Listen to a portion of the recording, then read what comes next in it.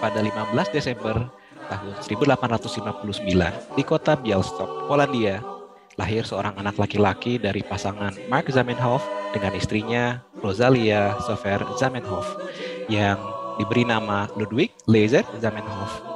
Zamenhof tumbuh dalam lingkungan multi-etnis dan multibahasa. Dalam kesehariannya, Zamenhof muda menyaksikan konflik dan pertikaian yang terjadi di kotanya antar suku-suku bangsa yang berbeda, bahasa dan budaya. Karena kondisi tersebut, Zamenhof merasa sedih dan frustasi. Dia berpendapat bahwa konflik yang terjadi karena tidak bisa berkomunikasi sehingga sering timbul kesalahpahaman. Untuk itulah, Zamenhof menciptakan bahasa yang sederhana dan dapat dimengerti oleh semua orang. Bahasa ini dikenal dengan nama Esperanto, adalah bahasa yang telah membantu banyak orang dari berbagai bangsa dan negara untuk berkomunikasi lebih mudah dalam lingkup komunikasi internasional. Esperanto bukan milik suatu bangsa atau negara, tapi Esperanto adalah milik para penuturnya.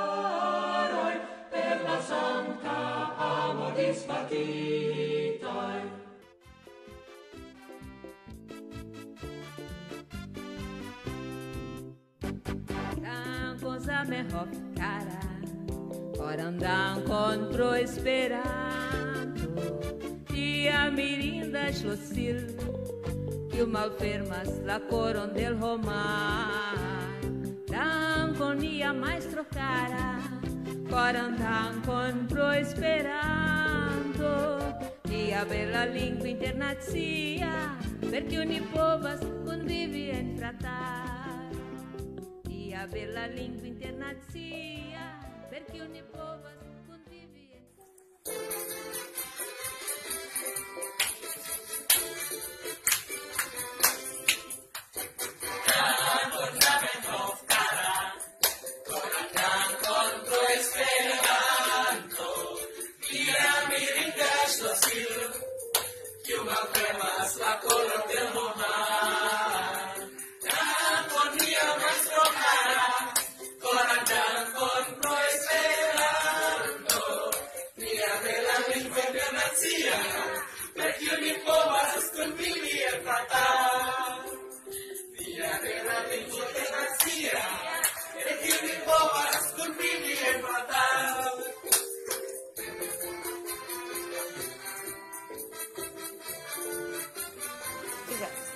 Saluton, hari ini aku mengenalkan Esperanto sama teman-teman aku.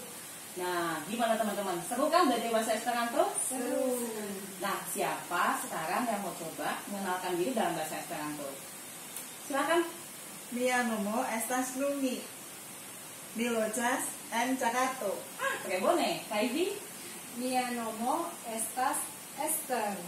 Mi loĝas en Jakarto. Bone. Mia nomo estas Lina. Mi loĝas en Jakarto. Tre bone. Koran dankon. Terima kasih. Semoga yang aku kenalkan hari ini bermanfaat ya buat teman-teman semua. Saluton. Nama saya Victor, saya berusia 26 tahun dan saya berasal dari kota Depok, Jawa Barat. Saya pertama kali mengenal kata Esperanto dari sebuah ensiklopedia anak yang pernah saya baca pada saat saya berusia 9 tahun di tahun 2003. Tetapi saya baru mempelajari bahasa Esperanto ketika saya mengikuti acara komunitas bahasa bersama Polyglot Indonesia pada bulan Agustus 2018. Menurut saya, bahasa Esperanto memiliki fitur-fitur bahasa yang unik yang dapat memudahkan orang-orang untuk mempelajari bahasa-bahasa asing lainnya. Dengan Esperanto pula, ia dapat mempertemukan orang-orang dari berbagai belahan dunia yang meskipun memiliki minat yang berbeda, tetapi memiliki semangat persaudaraan yang sama. Perkenalkan, aku Adam. Aku pertama kali mulai belajar bahasa Esperanto kira-kira tahun 2020 lalu. Dulu aku tertarik karena Esperanto adalah bahasa buatan yang paling populer di dunia. Berkat Esperanto, aku jadi tahu musik-musik Esperanto dan Esperantis lain dari berbagai belahan dunia. Saya Ariel, saya seorang pelajar di bangku SMA dan saat ini menetap di Medan.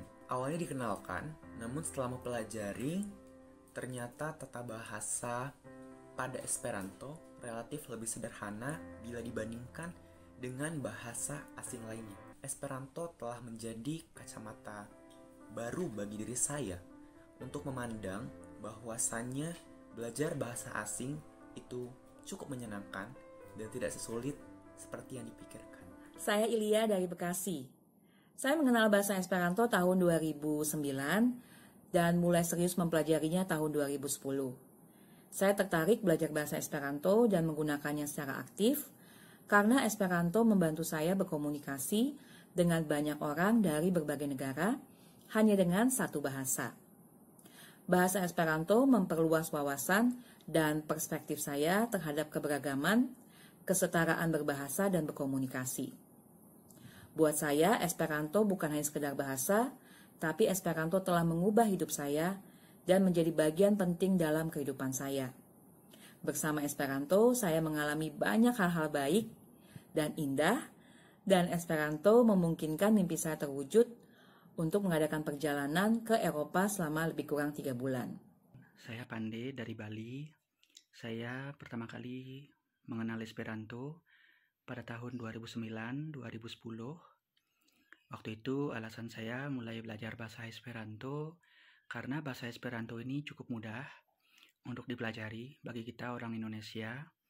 Komunitas bahasa Esperanto yang sangat bersemangat, sangat solid, dan cukup besar jumlahnya ada di berbagai negara di seluruh dunia. Mereka semua bersemangat dalam memperkenalkan, mengajarkan, dan menyebarluaskan bahasa Esperanto ini ke semua orang. Itu dia alasan kenapa saya tekun belajar bahasa Esperanto. Banyak manfaat yang saya rasakan, terutamanya adanya kenalan baru, teman-teman baru dari berbagai negara, bahkan ada yang beberapa yang mengunjungi saya di Bali.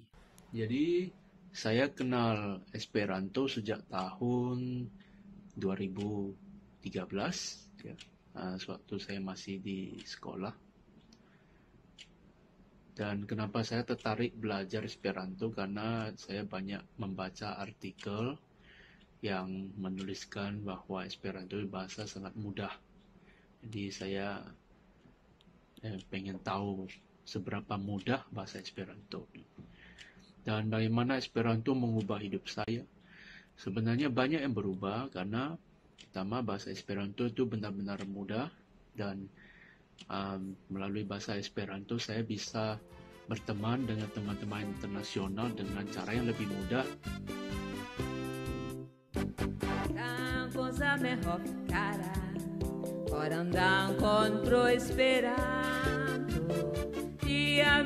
Esperanto estas por